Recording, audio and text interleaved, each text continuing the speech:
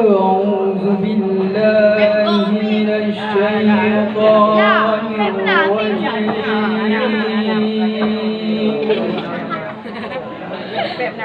Dah bengok.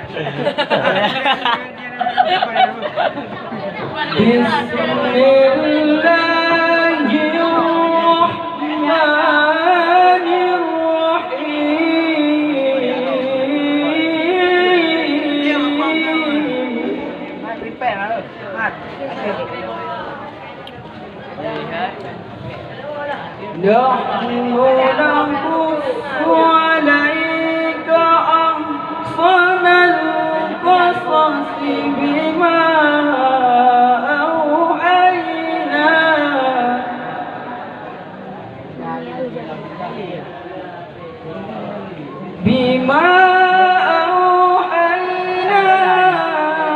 إليك هذا القرآن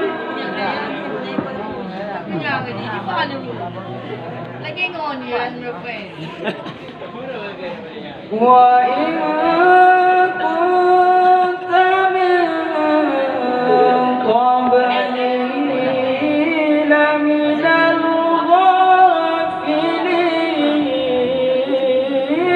الغافلين. Kami berlindung kepadamu ya Allah dari godaan syaitan yang terkutuk. Dengan menyebut asmamu ya Allah yang maha pengasih lagi maha penyayang. Kami menceritakan kepadamu Muhammad kisah yang paling baik mewahyukan Al-Quran kepadamu. Dan sesungguhnya engkau sebelum itu tidak termasuk orang-orang yang belum mengetahui. Hadirin kaum muslimin pecinta syarhil Quran, di dalam ayat tersebut terdapat kalimat Al-Quran yang disertakan dengan isim isyarat yang memberitahukan kepada betapa dekatnya Al-Quran dengan diri manusia dan betapa mulianya Al-Quran di sisi Allah Subhanahu wa Ta'ala. Maka pantaslah untuk kita jadikan Al-Quran itu menjadi cermin di dalam kehidupan. Hadirin kaum muslimin pecinta syarhil Quran, kisah-kisah umat terdahulu diungkapkan di dalam Al-Quran berulang kali adalah kata untuk kita bercermin. Sejarah adalah kebanggaan umat. Orang yang tidak punya sejarah adalah orang yang tidak punya masa depan. Sejarah adalah motivasi untuk mendorongkan umat agar teguh menerima cobaan demi menebarkan arma kebenaran di atas permukaan bumi Allah Subhanahu wa Ta'ala. Hadirin Dewan Hakim yang kami muliakan, di dalam relung kehidupan, sejarah adalah guru bagi generasi sekarang maupun masa-masa yang akan datang. Maka pahamilah sejarah, karena sejarah yang terukir dalam Al-Quran dapat membawa kita teguh menerima kebenaran. Ketika Al-Quran bicarakan tentang sejarah, pembahasan tertuju pada 3 hal. Yang pertama, Tentang manusia. dan yang kedua, Tentang akrabul karimah. dan yang ketiga, Tentang alam semesta. nah, kami akan mencoba membukakan tebing sejarah dalam Al-Quran mengenai tentang 3 hal tersebut. Hadirin kaum muslimin pecinta syarhil Quran, Al-Quran sangat banyak menyinggungkan tentang manusia yang dimurkakan oleh Allah Subhanahu wa Ta'ala. Di dalam firman Allah surat Al-Maidah ayat 78 yang akan dibacakan oleh qari kami sebagai berikut. لعن الذين كفروا من بني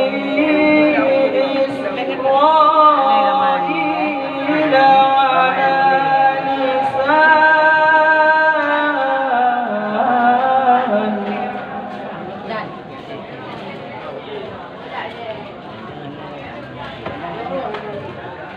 على لسان داود وعيسى بن مريم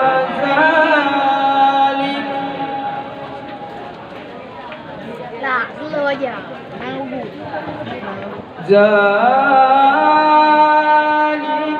بما عصوا وكانوا يعتدون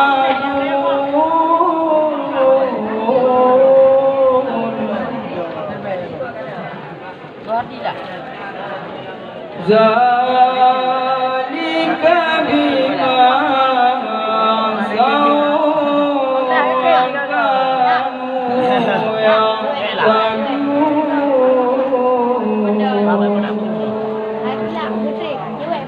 orang-orang kafir daripada Bani Israel telah dilaknatkan daripada lisan Daud dan Isa putra Maryam. Dan sesungguhnya dan sesungguhnya yang demikian itu karena mereka durhaka daripada melampaui batas. Hadirin kaum muslimin pecinta syarhil Quran, di dalam ayat tersebut juga terdapat kalimat Al-Quran zalika disertai dengan isim isyarah. Itu menunjukkan dengan makna jauh, dengan bermakna jauhnya kaum Bani Israel dengan Al-Quran dan murkanya kaum Bani Israel dengan Al-Quran. Hadirin kaum muslimin pecinta syarhil Quran, tidakkah ayat ini menjadi cermin bagi kita? Sehebat-hebat apapun kita, setinggi-tinggi apapun jabatan kita, sekaya-kaya pun harta kita, jika kita murka kepada Allah, niscaya laknatillah yang kita petik hasilnya.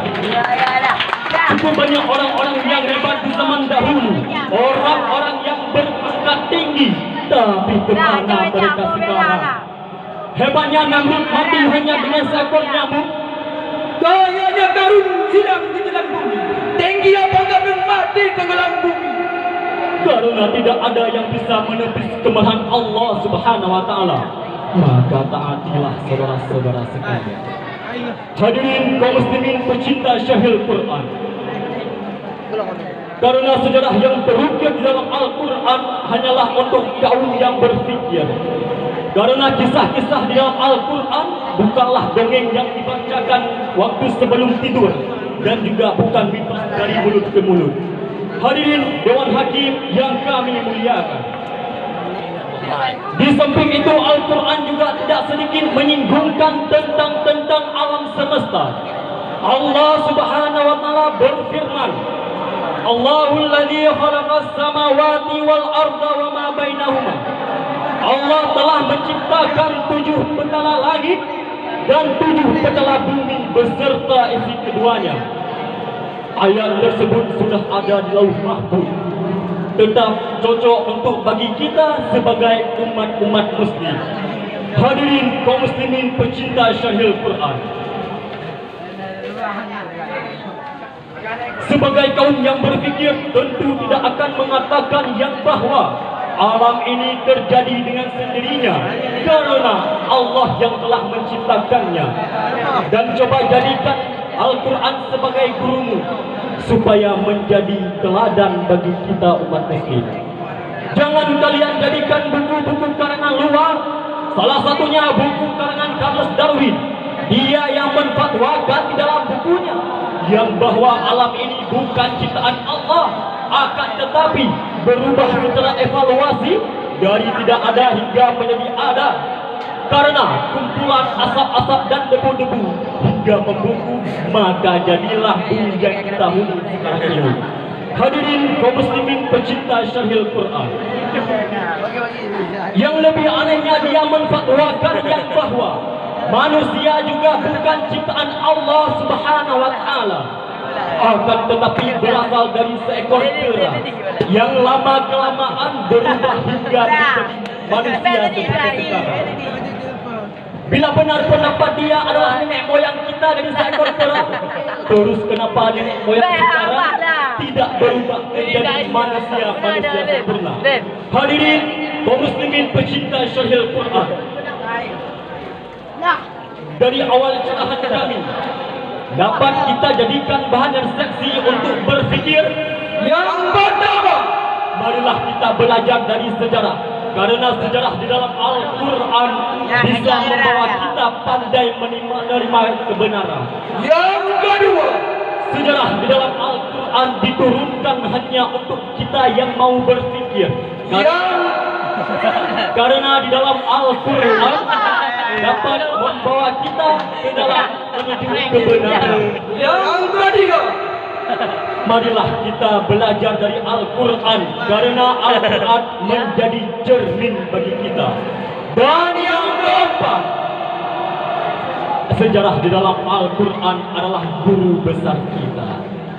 Hanya sekian yang dapat kami sampaikan. Terima kasih atas segala perhatian. Mohon maaf atas segala kekurangan. Kami akhiri. Shadaqallahul azim. Maha benar Allah atas segala firman-firman-Nya. Akhirul kalam. Wassalam.